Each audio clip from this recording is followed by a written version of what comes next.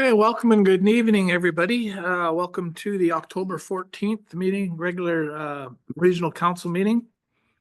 We acknowledge that this meeting is being held in the traditional territories of our friends and our neighbors and our Treaty 8 partners of the Prophet River and Fort Nelson First Nation. We recognize the treaty and we recognize the rights within that treaty. We further recognize the presence of the Métis people and the contributions that they've made in our region. Please be advised that tonight's meeting is available for the public to attend virtually and is being streamed and recorded. Are there any additions? I see one there. A staff award from council. Are there any? No? So there are two late reports. Can I call them that? I guess reports. One write-off of uncollectible taxes and the other one a community action initiative. Those have both been added to the agenda as well. Staff, is there anything else? No? Okay, good. So do we I guess I missed where it went in. All right, public comment period. Is there anybody who wishes to comment on tonight's? Please. Yes, please, so that the folks online can hear if there are any. Good evening, Mayor and Council. Thanks for allowing me to speak.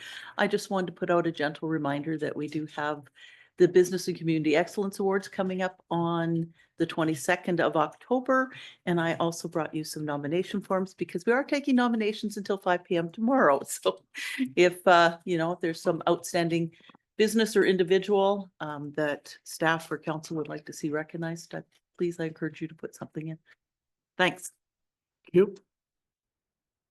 Is there anybody else? Anybody online? Okay, adoption of the agenda is in order, please. Moved by Councillor Souls. Second by Councillor Roper. All in favor? Opposed? That's carried. Thank you. I'm getting. You're quick. I'll second that. I need to try. Move 5 minutes. Fly. Seconded by Counselor. All right, there are five sets of minutes for adoption tonight. Committee of the Whole from September the 2nd, Regional Council from September the 2nd, Committee of the Whole from September 5th, Special Regional Council from October 2nd, and Special Regional Council from October the 3rd. I have a motion to adopt those, please. Moved by Councilor. No, I have a question on the September 2nd minutes. Okay, we can bring that up. I need a motion so that I can say are there any errors or omissions, and that's when you can. Okay, I'll to make a motion then. Okay, moved by Councillor Goering to adopt. Do I have a seconder?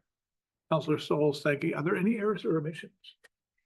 I don't know that it's an error, but on the Committee of the Whole September 2nd minutes under report 1725, complete communities needs strategy, final report. Which page? Page 7. Of today's adoption. Yep, okay. Okay. It says council expressed appreciation for the work undertaken for the complete communities needs assessment, noting the recommendations for future projects to be undertaken in the remainder of council's term and beyond. So I'm not really clear as to what the words, I mean, I understand the meaning of the words, but grouped together, I don't know that it's reflective of what the discussion was. Like, is it telling us that we've accepted all of the recommendations, like, because that's not how I remember it. So I just would like some clarification on that wording, please. Doesn't have to be today, because, Right. So we didn't have it in the notes that there was a explicit adoption of the plan, but I think it was intended to say it was received or acknowledged. Maybe noting isn't the right word, so we can absolutely adjust the wording to be something more accurate. That would be great, because my concern is around noting the recommendations for future projects to be undertaken. Like I don't. Yep. So acknowledging. Yep. Receiving, I'm not Yep. sure. Okay. Acknowledging is better. Mhm, yeah. Okay. Yeah, we can adjust.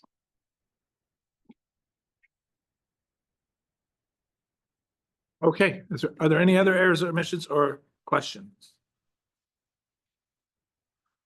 Seeing none, all in favor of adoption? Are there any opposed? Thank you. That passes. Is there any business arising from those minutes? Council? Staff? Okay, thank you. So that brings us all the way down to reports. 7.1, the first report, administration report 46, write-off of uncollectible taxes 2025.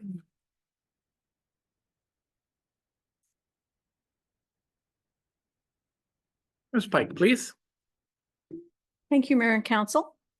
We just realized that we did not have the actual admin report published online or with your package.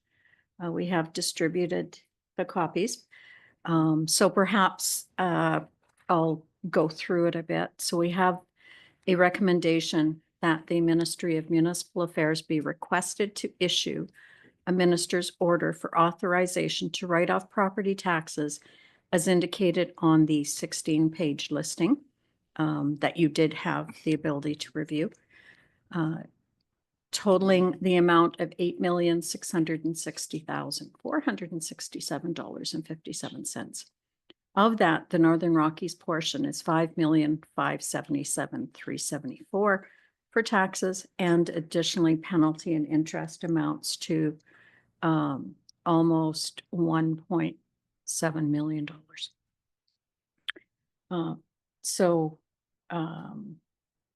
Background is that if we have accounts that are uncollectible, we are required, especially for taxes, we're required to have a minister's order to authorize it. This certainly is one of the largest requests that we've made, but it encompasses a fair number of oil and gas properties, as well as some of the mobile homes that have moved out and we've been able to resolve over the last short while. So we do allow for funds to be put into our allowance for uncollectible taxes. So once this write-off has been goes through the books, we will have a balance left in there of $4.44 million for further requests. We have approximately just over 200 tax rolls that are linked to Crown leases that are in bankruptcy at this point, and we're not sure whether or not they'll be sold, as these ones were, or whether or not they'll turn over to the orphan fund. Okay. Are there any questions? Go ahead. Councilor Souls. I understand the process, and it's good that I mean, for lack of tools in our toolbox, that we have this mechanism of passing it on to the Crown and saying, here's what we can't collect on, and we have no teeth to collect it. But anyway, I'm just curious about the process. You just touched on the other 4 million or so that are sitting in limbo, waiting till we know whether or not there's a sale of the properties or whether they are bankrupt or what. So I see that. But in the case of these sites that have been sold, do they now generate a new tax roll for all of them for the new buyer going forward? So the tax roll itself stays the same, but the sales document indicates that the new purchaser is not responsible for any outstanding taxes on the roll. Right, but there will be new taxes to the new In owner. 2026, In 26. the new Yeah. owner will receive tax bills, and we're anticipating payment at that time. Thank you. Mhm. Mhm. Councilor Roper, please. It's a pretty big number. I'm just wondering, were we anticipating this number? Or is this more than we thought that might have accrued? Yeah, absolutely. So yes, we were anticipating this amount for the rolls that were sold. Thank you. If I can just add to the complexities, any of the tax rolls that we still have that are in bankruptcy status will continue to receive tax bills. year over year until they either are sold or work through to the orphan fund and are eventually remediated. So we will be needing to continue to supplement the amount that we have in that allowance, though, year over year, as we still know it will build with the ones that are there. Go ahead. And we're not able to put liens on the property for any future owners, or are we able to take over the land at least in some cases? Like what could we do? So it's interesting, they're crown leases. We have the ability to tell the ministry responsible for the lease. And in oil and gas, that's BC Energy Regulators, that we would like them to cancel the lease. And that request has never been followed through. So we continue to due diligence and do that. There is the ability, if we want to pay the funds to go and attempt to recover assets, I think is how they indicated, but the cost of doing that would potentially, given where all the crown leases are, would be prohibitive. Thanks for that extra context. Appreciate it. Go ahead. So just for the audience out there that probably doesn't know, how is it different in the NRM compared to like the Peace River Regional District? Absolutely. So when we think about other municipalities, the area around a municipality is in the regional district, and they requisition their funds directly from the province, from the surveyor of taxes. And if there are amounts that are not collected, it's not borne by the regional district. Whereas we're a regional municipality and we bear the brunt of any taxes that are uncollectible. Taxes on crown leases can't be collected through a tax sale. They don't own the property, so we're unable to follow through on that process. Go ahead. And I know you've been dealing with this for a number of years. Are we making any headway with the province to get this situation somewhat alleviated for us? Headway is a big word. But is the province receptive? Yes. This year at UBCM, because it's been a, if you recall, the initial challenge to the province is them actually recognizing the fact that it was a problem. So that's 5 years or 6 years back now, because at one point that they didn't realize it was a problem. We're in a position now where they acknowledge it. They acknowledge how substantive it is with for us as an organization to bear that burden. And in recent conversations, we were in Victoria last month with municipal affairs staff. We discussed just that comparison between us as a regional municipality and we use the PRD, Peace River Regional District, as an example, because they have a significant industrial base also. And the fact that the requisition for when a budget's created by the PRD, that requisition goes to the province essentially taxes accordingly for that value plus a 5% admin fee. And the regional district has no idea if there's outstanding or delinquent taxes because it's being managed by the province. And we've used the words province from our perspective, and the mayor used it actually in a comment to the minister, is it's essentially a rounding error for the province when you look at what the impact is of the province based on what their bank account looks like versus the regional municipality's bank account, and the impact when you look at the scale of it. So we've, as part of those conversations last month, there's been a commitment that we'll continue discussions in terms of how do we mitigate that impact to us as a regional municipality, because quite frankly, when the incorporation of this regional municipality occurred in 2009, it wasn't, I wouldn't call it an oversight, but that the current situation wasn't, they didn't foresee it. No one did, I don't think, at the time. And today, obviously, we're seeing a significant impact in terms of what the value of value of those delinquent taxes could be versus what our budget requirements are. So what we've teased out there to the province, for lack of better words, is, we continue to put away funds for bad debt is essentially what it's been called in the budget. We've suggested that we could use a 5%, because ours has been floating through the years based on the anticipation of what that was, based on your question, Council Roper. But to keep things from our perspective, I guess, simple and consistent, we've thrown out on the table to suggest that we could put that bad debt fee at 5% of what our overall budget is, and the province pick up the rest of the risk, essentially. And I think Council Roper actually mentioned that similar thing to the ministry, and when we met with the minister, of municipal affairs. It's not something the province are jumping at, of course, but at the same time, we're using this example to say that as an organization, as a municipality, there's significant financial risk when it comes to the value of what that debt is compared to what our normal budget is, compared to what the province has to deal with. So they're receptive to it, they being the province, and have agreed to continue on with those conversations to look at what that opportunity is. And I think it's good for this council and the staff to get under the hood of that, and from a negotiation perspective in camera discussions, to see what was the best approach to play our hand.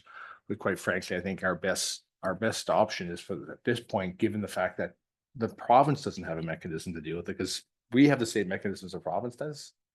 They just don't deal with it. And they didn't realize it was an issue because it doesn't even hit their radar from the bigger picture in terms of what that value is. So I think our best approach is to continue pushing the province to ask them to pick up the difference. Very frankly. And it does make a real difference. Tony, I'd like you to sort of take us through, for context, just to get us all on the same page, from the development of the budget and what it looks like, that, and then through to the collection or not collection, through to the next budget where we put in an allowance for bad debt, and then we're putting away this money, right? How that impacts future taxpayers and our overall budget. Absolutely. So what I basically boil it down to is the amount that we put into the budget line was $2.5 million for 2025.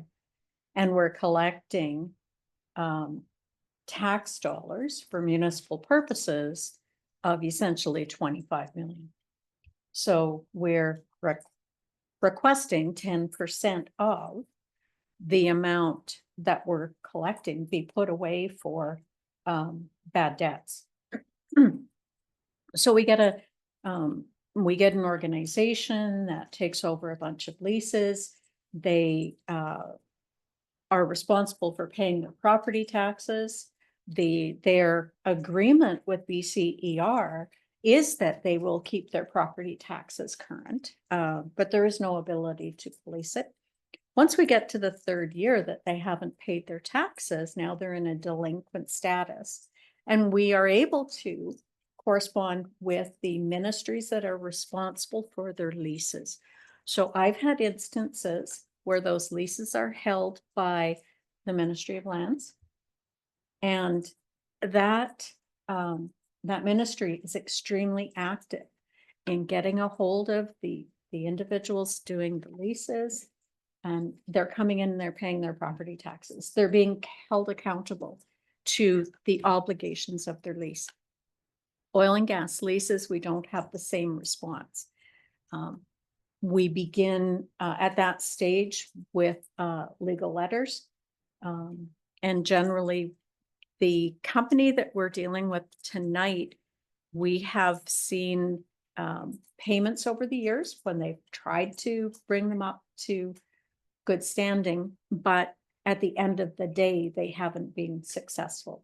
They go into bankruptcy. When they're in bankruptcy, we still have to send out the tax bill on that property. So that continues to grow. So by saying there's an extra $2.5 million that we're adding to the budget in 2025, isn't necessarily that there's new tax rolls that are becoming delinquent. It's a result of that compounding of additional taxes and the interest that's building onto that. And it certainly is, it affects our future. Right? We do know that we have got about 300 properties now that are in a position to begin paying taxes in 2026. That's very positive. It's one of the first times I've seen a positive result come out of a bankruptcy in that manner. But we are writing off a lot of taxes. So when, so when they don't pay the taxes and we've assessed it, it means we assessed it because we needed it. They don't pay it, we don't have it, so we have to make up the shortfall from this account that we've been putting money into. And that can only be filled with money that we've received, right? Then the next year we do an allowance for unpaid taxes, which then balloons our budget by last year, Absolutely. 2.5 million, that then is spread against everybody else That's correct. that are paying their taxes. So their tax, so it's unsustainable. The bigger it gets, the bigger, so that now all of a sudden people aren't paying their taxes because it's getting too big. It's just it's a snowballing effect here, and we've really got to get a handle on it. And most of these are industrial, right? Which is 3.3 times, they're paying 3.3 times the residential taxpayer. So that huge amount that we're losing either gets transferred to business or, well, sorry, it gets transferred to the total budget, which is, some of it is industry, some of it is business, some of it is. So it's just potentially spiraling down, except that we got a sale for this particular property and hopefully they'll be able to pay their taxes. But Mhm. the whole situation is not sustainable over the long run, and it potentially has the ability to affect our services. It certainly does. I think heading down the road with the ministry in terms of their percentage that they currently assess against those taxpayers would go a long way towards being able to have that section of the taxpayer fund those inequities. So it's certainly a place to follow along. There are now staff has met with BC Assessment. We've met with the ministry many times, and we've been told that we're not the only ones in this situation. And the example they gave us was that in the Vancouver airport, if there was a unit that they rented out to a business, and the business decided to walk away and not pay the taxes on their lease, then Vancouver Airport is out those few dollars on their taxes. And we tried to reinforce that our situation, the magnitude's a little bit different. Yeah. City of Richmond has a way bigger bank account than we have. Yeah. And They this could go postage to- stamp, because of Tim Hortons couldn't pay their taxes, is not necessarily comparable at all, to be honest, so. Yeah. Are there any other questions for Ms. Pike? Go ahead, please. How does this affect the school taxes? Or does it? It absolutely does affect the school taxes. So at the end of our 16-page report, we've got $1.4 million that will not be going to the school. The school taxes will recover that from what we owe them. So they will cover it. Generally the impact to them is a lot smaller for write-offs. But we will reduce our payment of their taxes to them by that amount, To the province? to the province. Because the province would have already paid School District 81, whatever that amount is. So they're not going to lose that amount because of this. So, I mean, there's another example of how it's not fair, right? As if we need one more. It's all of those taxes that we're collecting on behalf of those other agencies, right? It's all of, School and policing. yeah, But the province covers all of that, yeah. but it But not doesn't for us. cover this portion, like it's ludicrous. Okay, any other questions? Well, I thank you for the report because it was stimulating to have this discussion, to really get everybody on the same page of how this is impacting us now, and the fact that it's only a few years old. I mean, it just starts to get worse and worse and worse, and you look at the numbers, they're huge, and they're gonna get bigger. till we can get a handle on this. So there is a recommendation there. Counselor Souls? I recommend that the Ministry of Municipal Affairs be requested to issue a minister's order for authorization to write off property taxes as identified on the attached listing totaling the amount of 8.660467 and 57 cents including the NRRM portion of 5.577374.13 for taxes and 1.668894.18 for penalty and interest. Moved by Counselor Souls. Do I have a Seconded. Second by Counselor Roper. Is there any further discussion? Seeing none, all in favor? Are there any opposed? Thank you. That passes. That brings us to Administration Report 4725, which is a grant application to the Canada Community Building Fund. And I'll just sit here for a little bit longer.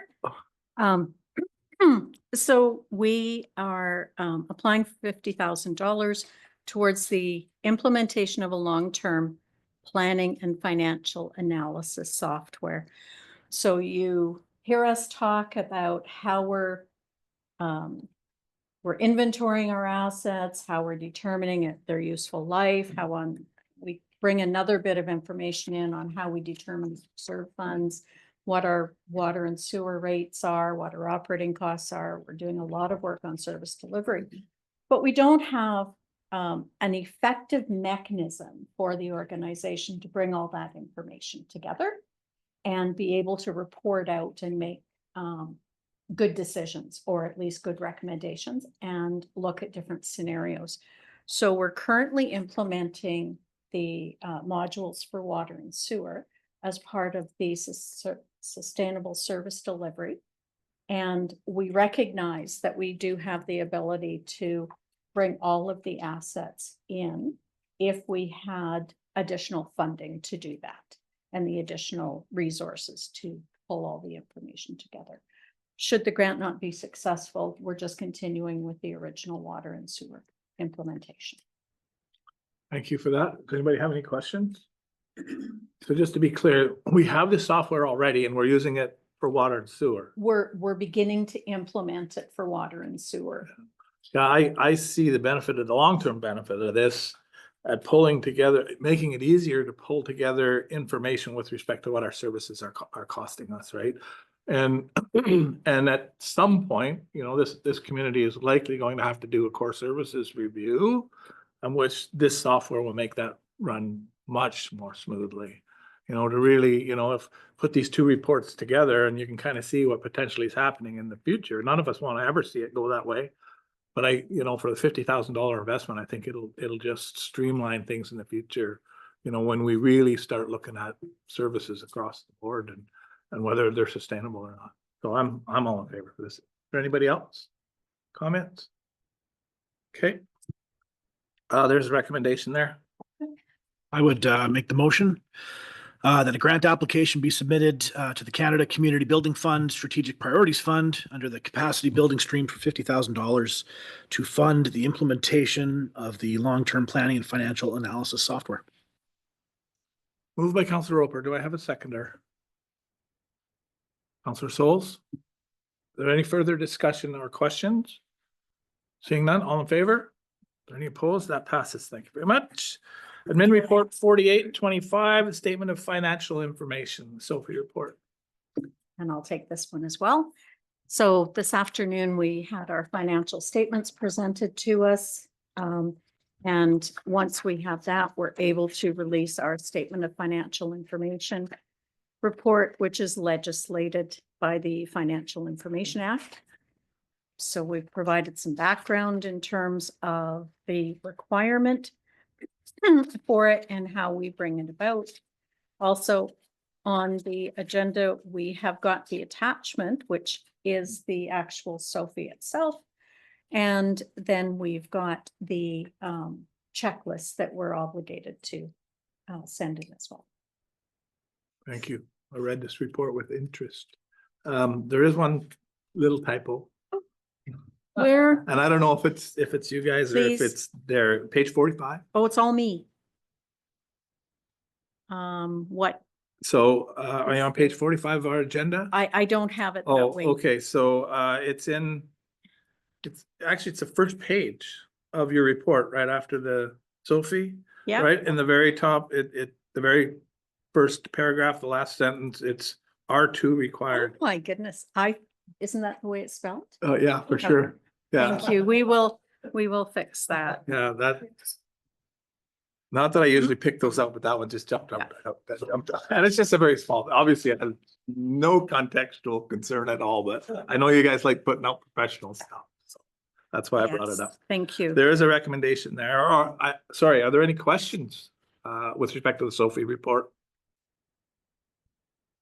If I could just add as well, generally the information on the page that you just referred to, we don't necessarily go into detail on the employee remuneration, Hmm. but because we had such a year in 2024 with the evacuation, we wanted to make sure everybody realized that included in that was a lot of the hours that were put into the emergency when we're seeing the salaries.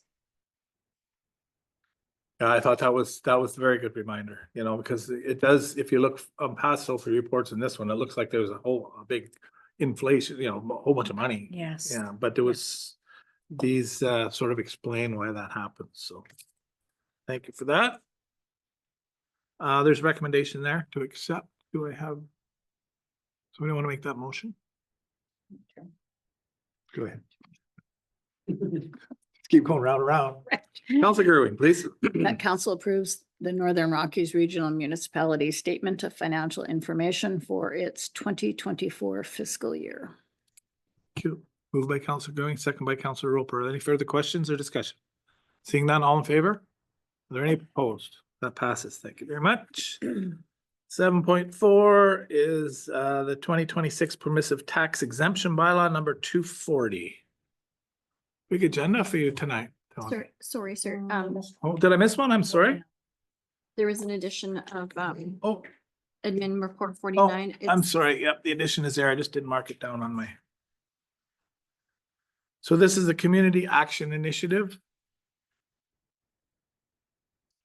Recommendation for a convening grant.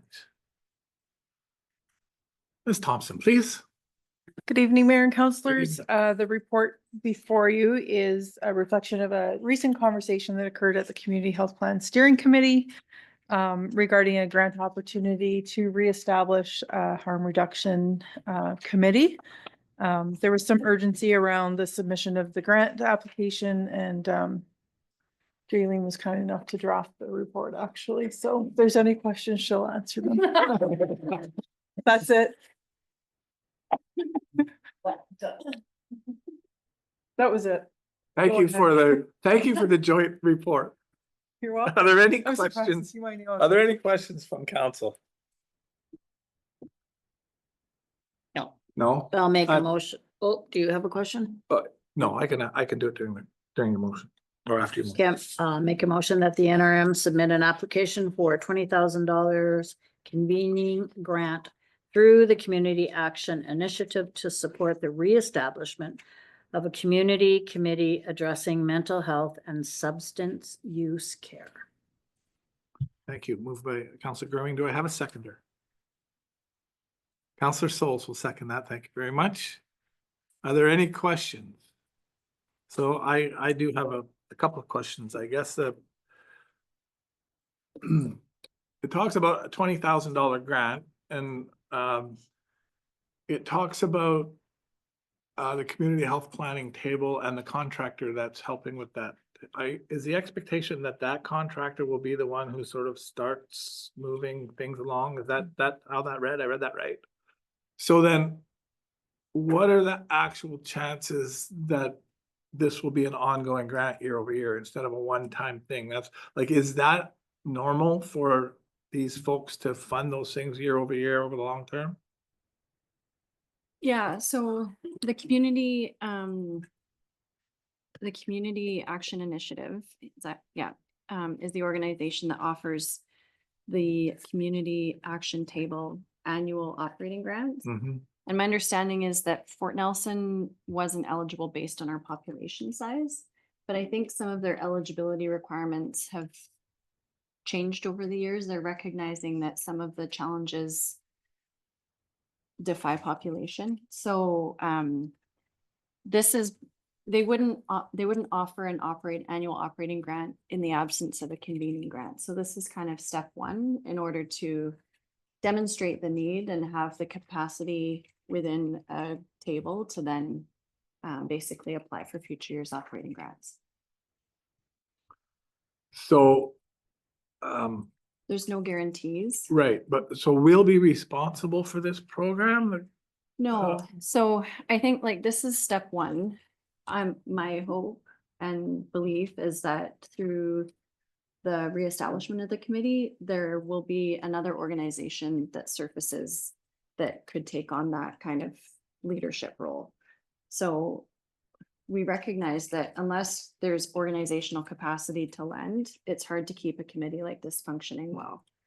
And unfortunately, that's what suffered in the past. And so that's where the help of a contractor can really lend to a committee's sustainability. But there also needs to be, like, Community Action Initiative basically said it has to be a local government or community organization that leads the handling the grant. And so we are suggesting it's us at this stage to convene the committee, but the hope is that once it's reestablished and if the group is thinking they'll seek operational funding, it would be by another organization. Right, and are they limited to the 20,000 because that's how much we asked for? Or are they limited to an application based on scope and what they can show it? Yeah, so it's not limited to the 20,000. No. I don't know what the formula is for the operating grants, but I think that would probably be determined by other committees and other communities, and also what the needs of this committee might be. Yeah. I think it's a good idea, and I look back to what we did with the Lamplighters, right? We kicked off that first sort of initial amount that got them going, and then they were able to use that to, you know, to expand what they're doing over there. So potentially this does, if we can find, so that first year will be about trying to find an organization that's prepared to take this on full time, because I think it's needed. Yeah. And so my fear is that it will become ours because we show the need and then no future grants come through for it. And now we've got a service that we're paying for that somebody else should be paying for. So one of the things I will offer is that the gentleman from the Community Action Initiative did note that Fort Nelson First Nation had I think last year expressed interest in this convening grant, but just didn't have the internal capacity to pull together an application and bring the community representatives together. So again, this is where the help of a consultant and the capacity they lend could bring that together. So it's feasible that maybe, you know, with a well-functioning group, FNFN might then have more comfort in looking at future years ongoing. Good. Okay, thank you. Recommendation. Was it moved and seconded? Okay, all in favor? Opposed? That's carried. Now we're on 7.4. My agenda correct now? So 2026 permissive tax exemption bylaw number 240, 2025. And I'll take this one. So every year we solicit organizations that would like to apply under our permissive tax exemption policy to have their taxes relieved in the following year. This is a compilation of all of those that have been granted in the past and have reapplied for the same opportunity in 2026. Okay, thank you. Are there any questions? Okay, seeing that's something we do every year, so if there's somebody who would like to move that recommendation. Councilor Roper, please. Like the motion that the Northern Rockies Regional Municipality 2026 permissive tax exemption bylaw number 240, 2025 be given first, second, and third reading. Moved by Councilor Roper, second by Councilor Solls. Further discussion? Seeing none, all in favor? Opposed? Carried. Thank you. That brings us to 7.5 on my agenda, zoning amendment 4401 55th Street Site-Specific Bulk Fuel Bylaw number 238/2025 for first and second reading. Good evening again. So this is a proposal, an application that we received to permit a bulk fuel plant located at 4401 55th Street. The property's located in the light industrial M1 zone. And historically, the site was used as a card fuel lock. The report talks about the official community plan, so the use in the designation in the official community plan is industrial. However, in the zoning bylaw, it is zoned for light industrial. Typically, a bulk fuel plant would be permitted in our M2 heavy industrial zone, which is why the site-specific zoning amendment is being requested. As part of the process of reviewing this application, we did reach out to Northern Rockies Fire Rescue to get their input on any safety concerns with changing the designation or the zoning to permit a bulk fuel plant. The Northern Rockies Fire Rescue didn't have any serious concerns, knowing that it would be it would have to go through various authorizations through different organizations and agencies such as Technical Safety BC in order to be able to use it as a bulk fuel plant. The site is readily accessible, and there's good policies, procedures in place to deal with an event should it occur.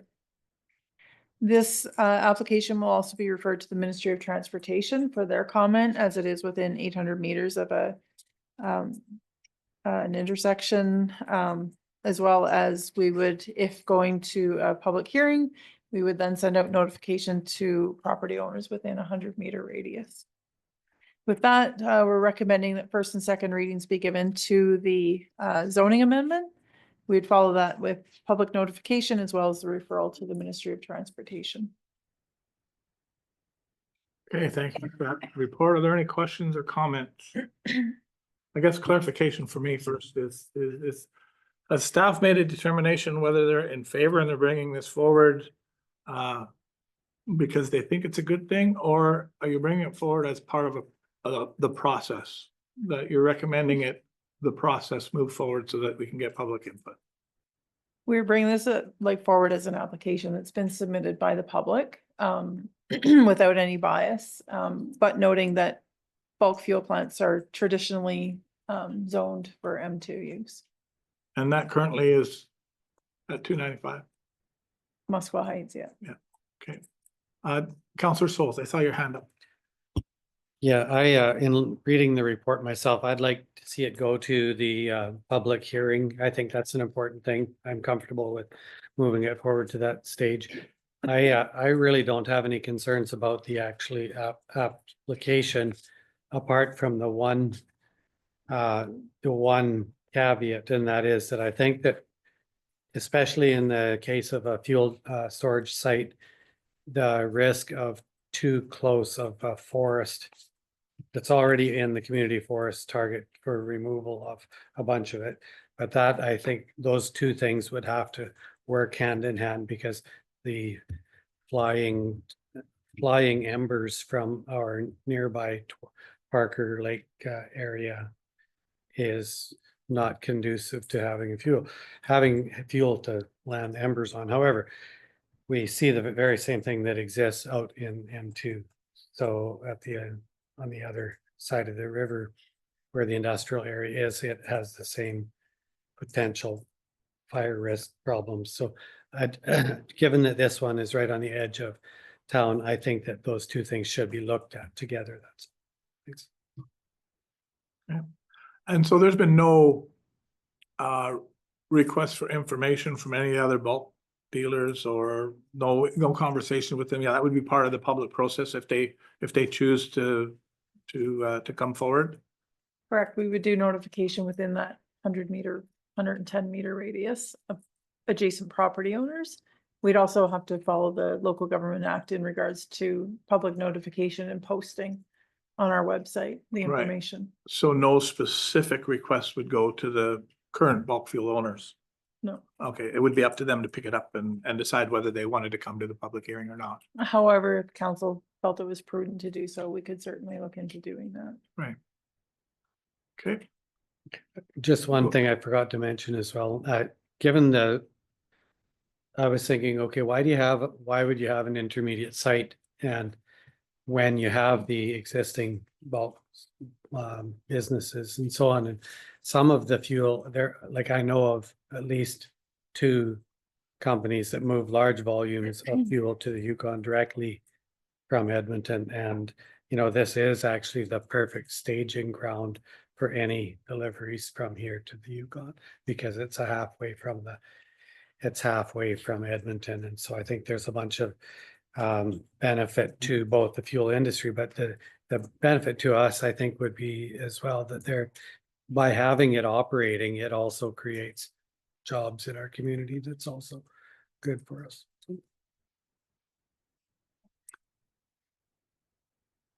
go ahead.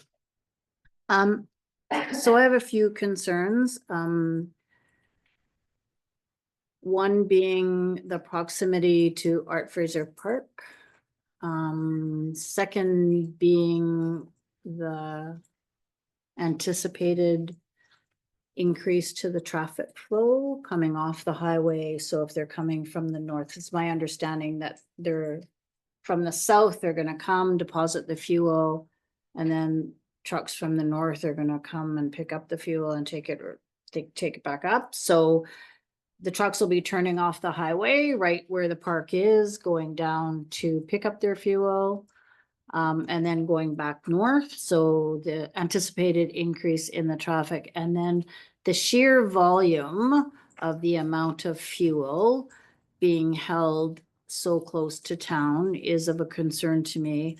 And then my final concern is the hours and hours and hours that we have spent creating various official community plans throughout the years, and the zoning, keeping the heavy industrial in this part of the town as opposed to this part of the town. All of the work that has gone into that, like I thought that it made sense to have heavy industrial on the other side of town, keeping it all contained. And then I guess I do have one final concern.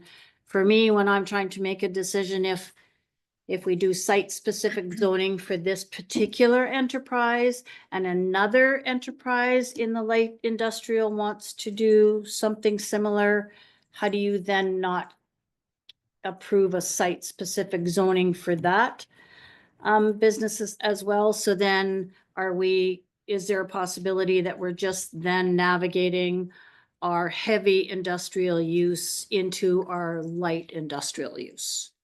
Those are my concerns with this project.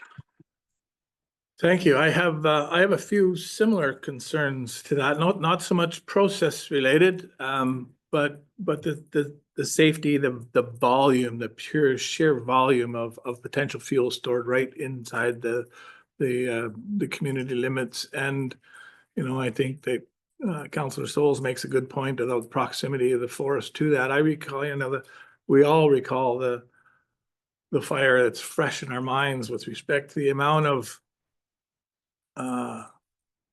hours we and the Forestry Service took into used up worrying about the bulk fuel out at 295 and the potential for the fire to get to there, and how much planning around that took place.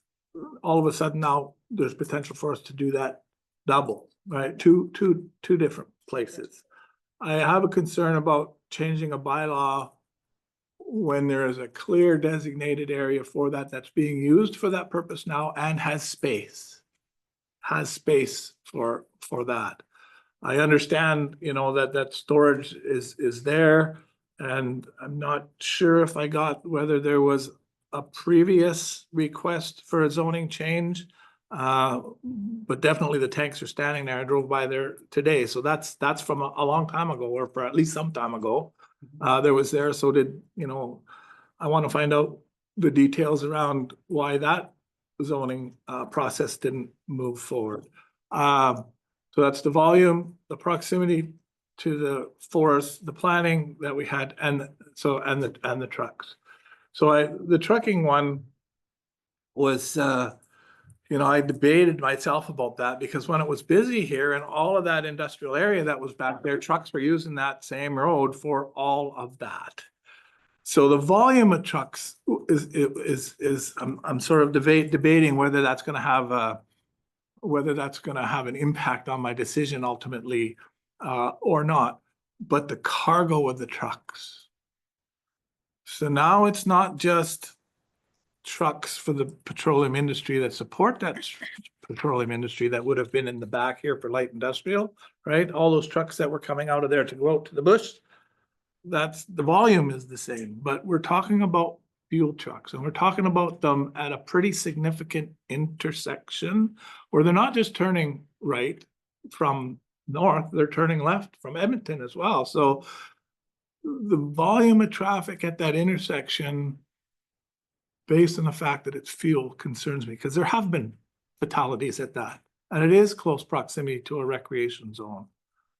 And, this site is upwind from the community if there was a major catastrophe there. So there's lots of questions that I have and I'm open-minded, because the other side of me looks at, the jobs that are potentially going to be created there. And in the economy that we've got now, do we want to be seen as, that council that, is going to forego the jobs because of some hypothetical potential future safety concern? But I said it earlier when the contractors are here, that's a value that I have.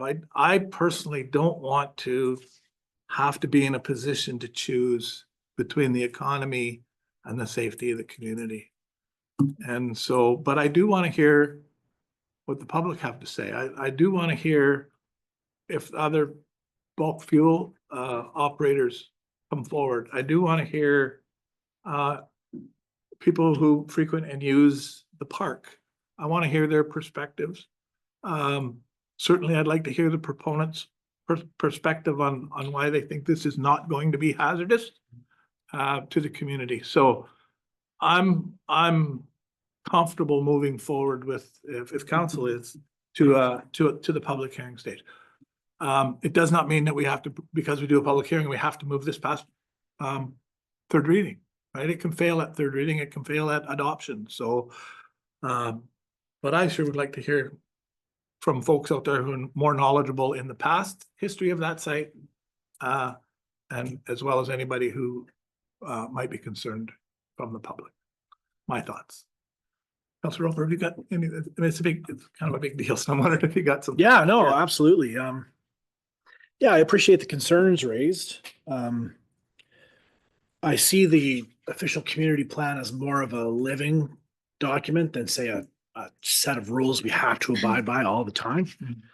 I do have the same safety concerns, but at the same time, I'm sure that a lot of these questions can be asked and there's probably some answers that would come in that would influence our decision. But ultimately, I would really like to see what the community thinks.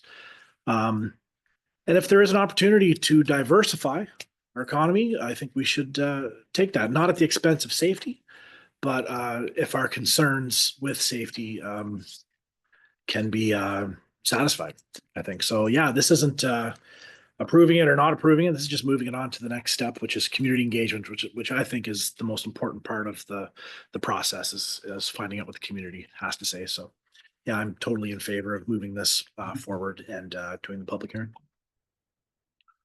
Okay, well, we've all had a crack at it. I'll give you a second opportunity, or we can move to the recommendation. Just 1.8 million liters is not very much fuel. It's really not very much fuel. That's great. That's great. I'll make the recommendation that we move this forward. I would second that. Okay, so I have a motion on the floor that first and second readings be given to Northern Rockies Regional Municipality zoning bylaw for 4401 55th Street, Site Specific Bulk Fuel, bylaw number 238, 2025, and that a public hearing be scheduled for October the 27th, 2025 at 6 p.m. Is that what you're moving? Yes, thank Is you. that what you're seconding? Thank you very much. Is there any further questions or comments? Being none, all in favor? Are there any opposed? Okay. That's carried. Would you like your name recorded? Please record Councillor Goodwin's name. Thank you. Okay. That is the end of our report. No, there's another attachment. No, we've done that one. We've done that one. Okay, so that brings us to correspondence. There is no correspondence on the agenda for discussion. There are 17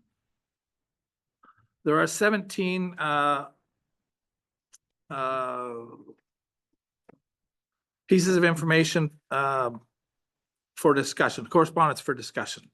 Is there anybody who'd like to bring any of those forward? Seeing none, then a motion to accept all of those is in order. So moved. Moved by Councillor Roper that we, for information, all of those 17. Do I have a seconder? All in favor? Opposed? That carries. Thank you. Okay, new business, 9.2, the Hometown Takeover Canada nomination. Thompson, please. I don't think I may. There we go. I think This is another one that corporate services roped us into. So this is an opportunity. Corporate services did bring it to our attention, and Jaylene and I went back and forth on whether or not there might be an opportunity or interest to maybe put Fort Nelson forward as a potential nominee or candidate for this hometown takeover. We canvassed staff, and there seems to be some interest internally to use this as an opportunity to promote our community, as well as, if we were successful, basically have some work done within the community. So the information speaks for itself, and we're just seeking council's endorsement to submit for consideration. Is it on the agenda? Yeah. Did I miss it? Yeah. What? Oh, I didn't hit you on that one. Okay, so I didn't, can somebody explain it to me? Because I'm sorry, I didn't read that part. I didn't hit the view bit. HGTV announced a nationwide call for Canadians to show their small town pride and nominate their community to be featured in the new Canadian original series Hometown Takeover Canada, set to premiere on HGTV and stream on City TV in the fall of 2026. Beginning today, which was a week or so ago, Canadians can visit hometowntakeover.ca to share why their town is deserving of this life-changing makeover.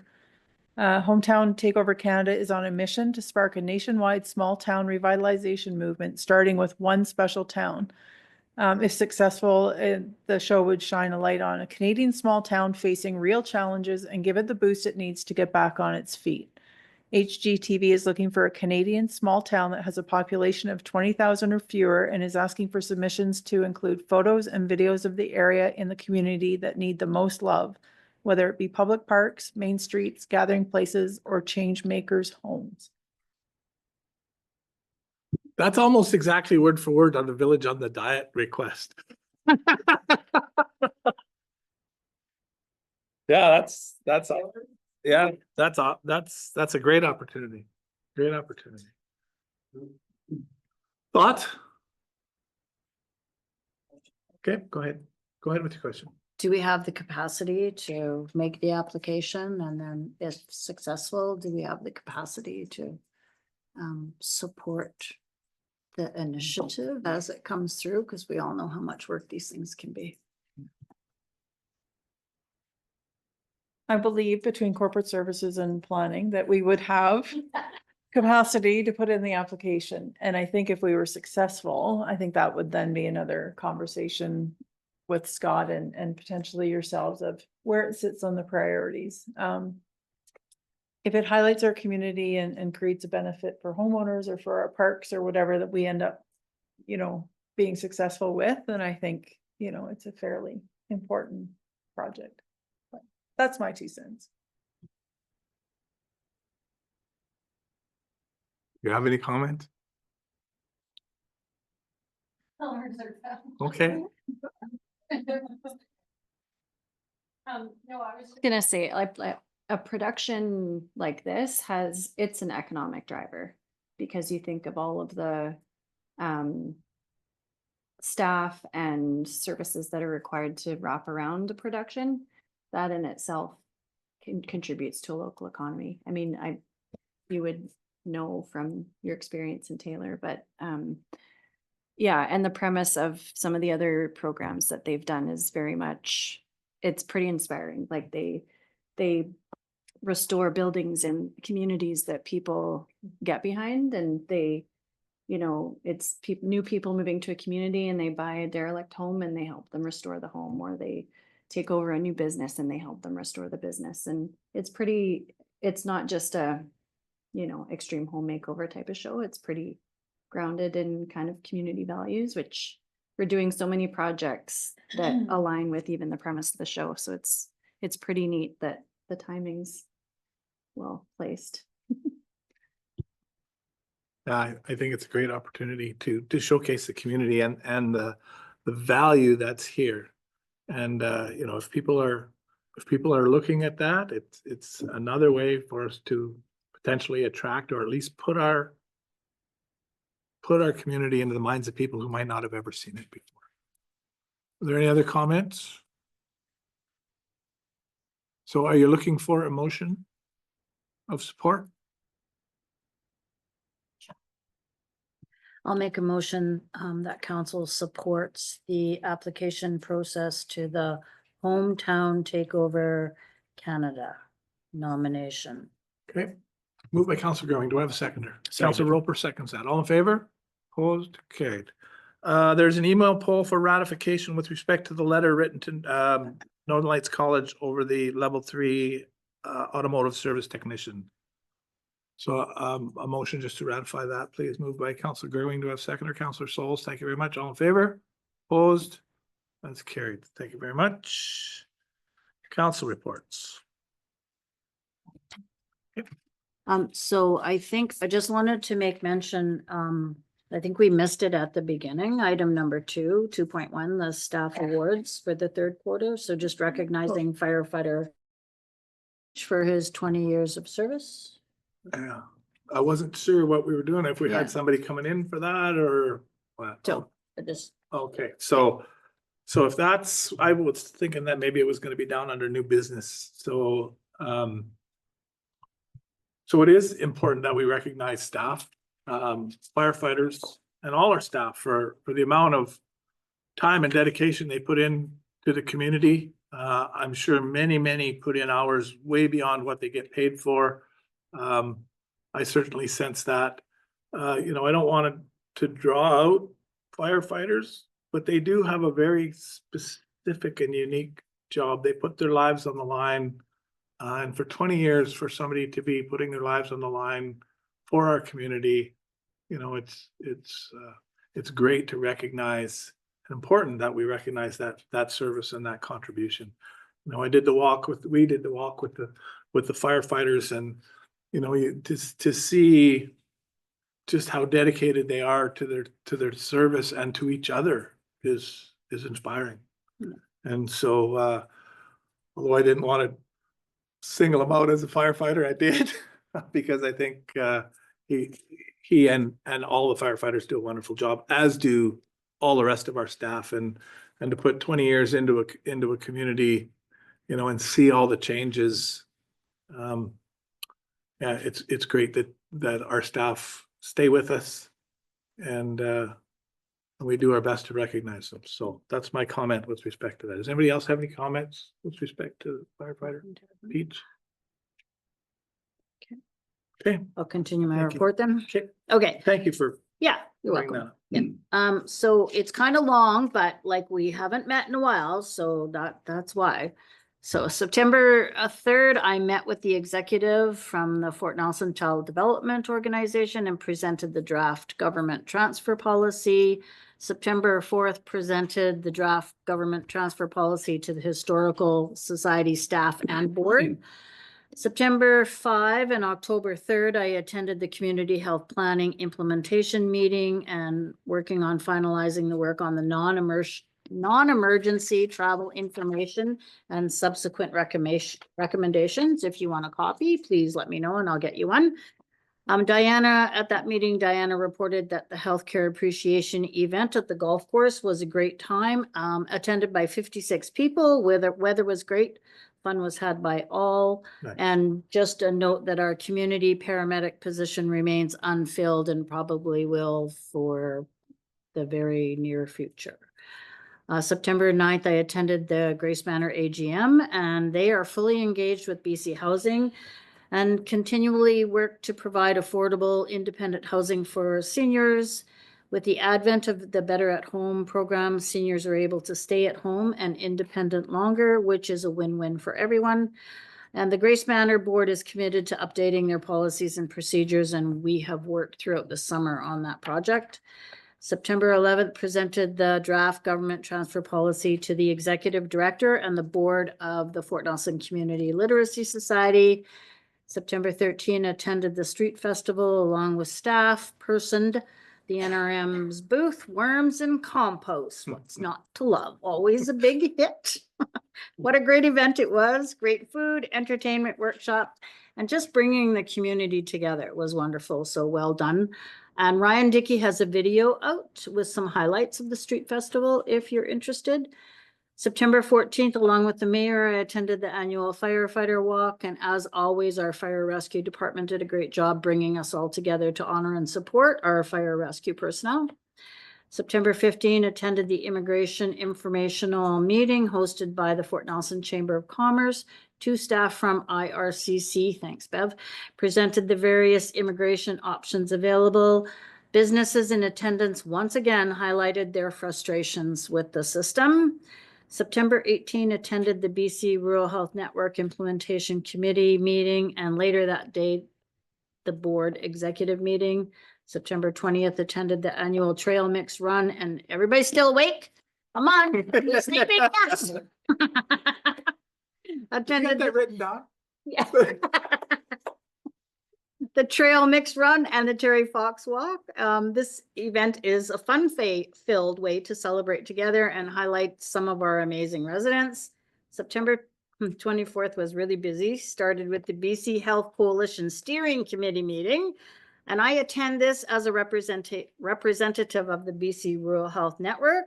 And I'm able to bring a rural and remote perspective, which has been underrepresented to this organization to date, but is very much appreciated.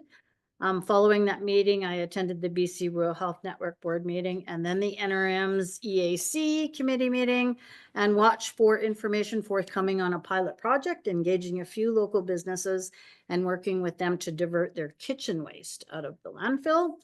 September 25, attended the Chamber of Commerce board meeting, and just a reminder that the annual community awards is happening October 22nd. And as Bev highlighted, you can still nominate people.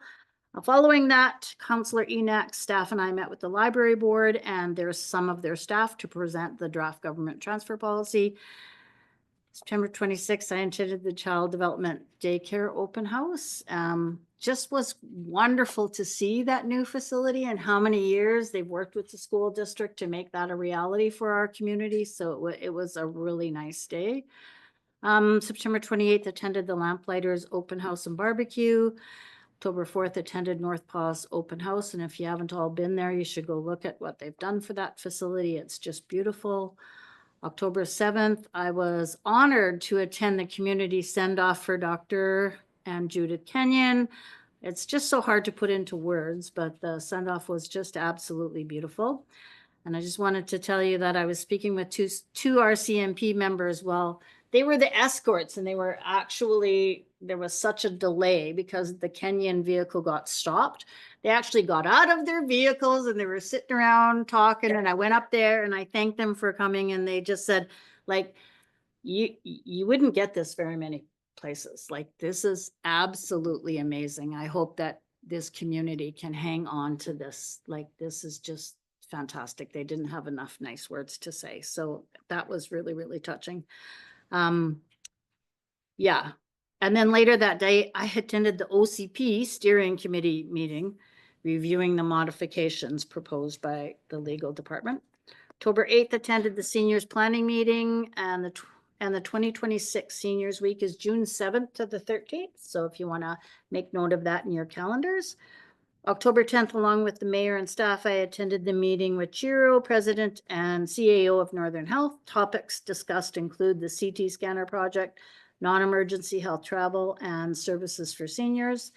Finally, again, sorry this is so long, I attended the Culture Fest on October 11th, and this long-running annual event highlights the various cultures present in Fort Nelson, and it was so well attended.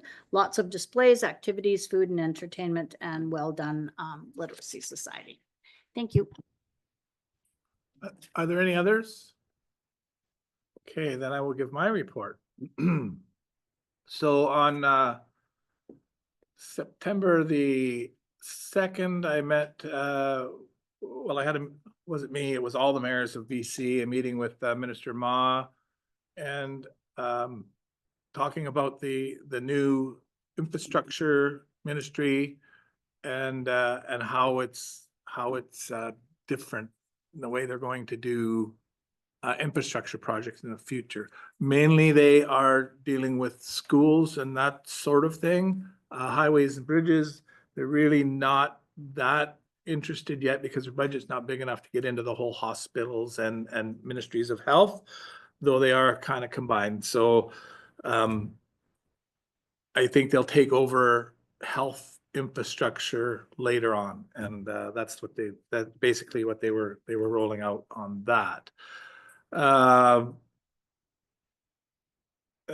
We met on with the museum on the 4th to talk about the government transfer presentation, and I thought Councillor Gerwing and staff did a wonderful job there. On the 8th of September, I attended the graduation ceremony for all grads at Prophet River. So they had grads from their own school, grads that they would, that they had put through some programs down there, graduates who had graduated from university and colleges. They had 9 of them all together. They pulled them all together and they did one grad ceremony, first that they've ever done in that community for graduates ever. So they were pretty proud, and each of the graduates give a bit of because there's only 9 of them, gave a little bit of a speech about what they're doing and why they're doing it and why it's important to them. And all of them thanked the nation for helping them along. And I think it was a very touching ceremony. And yeah, there wasn't very many dry eyes when they were all done there. On the 11th, we did the Community Fire Smart meeting, and the minutes are available for all of you to look at. I had a Northeast RAC meeting on the 12th of September. Again, where we looked at the last intake for projects from NDIT. All of the projects that were submitted were forwarded to the main board for approval. 14th, I did the memorial walk with the firefighters, and again, that's another opportunity for us to walk with the firefighters and reflect on how they impact our community and the job that they do for us, and the firefighters who have belonged to our firefighters who have passed on. And so again, another great opportunity. On the 15th, staff and I met with Phoenix Theater for the government transfer discussion. On the 16th, I had a meeting with all the northern mayors, had a meeting with CAP to talk about some of the issues they wanted to see forwarded at UBCM, some of the lobbying that they would like us to do on their behalf, and also a new program that they have, an app for the phone where you can sit there and you can call up, if you're sitting with the mayor or somebody from another community, and say, let's see what the oil and gas industry has done for you. You put their name in there and it'll come up with how many companies have worked, how many dollars have been invested in that particular community, and any of the benefits that CAP feels those communities have benefit from. So it gives you the opportunity to sort of start that conversation. Oh, where are you from? Oh, let's see what the oil and gas company, and then you can start that. You can, hey, I got this interesting information for you, and it just opens up that conversation where it might have been hard to do before. So they introduced that to us. On the 18th, I had a discussion with the nurses union with respect to that award right here that we got. That was useful discussion about how that all was going to happen. From the again, that was the morning of the 18th. Then from the 18th to the 21st, I went to the cultural gathering in Dawson Creek. So it was the first of, they hope that it will become an annual event there, where all of the nations that decided that they wanted to participate came together in Dawson Creek. I'll call it a mini powwow for now, because it wasn't entirely on the powwow, and a good sized hand games tournament. So it was a great opportunity to interact with a lot of the chiefs that I used to interact with when I was in the peace a lot. Gave me that opportunity to interact with them, and I assisted Prophet River with their bingo, $20,000 bingo in the afternoon as a worker. And let me tell you, that was my first bingo working experience, and that was quite an experience. Let me tell you. But I think they made some money there, and not sure what their plans are to do with that.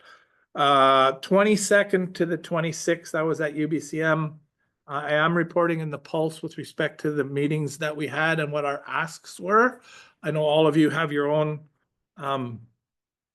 reports that I'm sure you'll bring out with respect to our activities down there. I think staff is talking about having a special meeting where we talk about what was happening there. So whether you want to bring the report out then or whether you want to do it in this format is really up to you. But you know, I think we need to get together as a council and really talk about all of the things that we experienced at UBCM while we were down there. That took me all the way through to October.